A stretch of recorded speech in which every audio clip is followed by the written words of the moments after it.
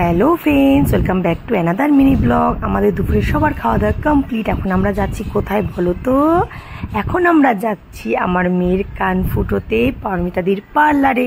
তো মেয়ের সব বান্ধবীদেরই কানের ফুটো আছে, ওরা কানে ইয়াররিং পরে, শুধু মেয়েরই নেই। তো মেয়ে সবসময় বলে, মা আমাকে কান ফুটিয়ে দাও, কান ফুটিয়ে দাও। তাই যাচ্ছি আজকে মেয়ের কান ফুটোতে। তো মেয়ে তো খুব এক্সাইটেড, মেয়ে জানে না যে কান ফুটো করলে যে ওর ব্যথা লাগবে। তো যেহেতু সামার ভ্যাকেশন 1 মাস বন্ধ পেয়েছি, তো এই চান্সে মেয়ের ব্যথা পেলেও মেয়ে ঘরেই থাকবে। আর স্কুলের সময় করলে মেয়ে স্কুলে যেতে পারবে না, অনেক পড়াশোনাও লস হবে। তাই তো প্রথমে তো মেয়ে পার্লারে ঢুকিয়ে দেখো কি করছে, মানে খুব খুশিও।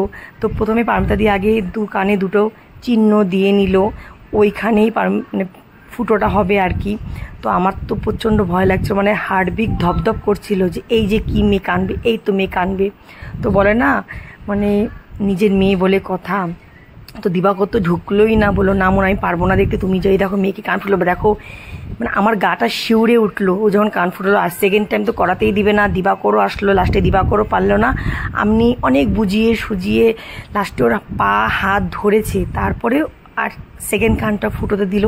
তারপর তো অনেক কান্নাকাটি করছে, আমি জানি ব্যথা তো প্রচুর হয়।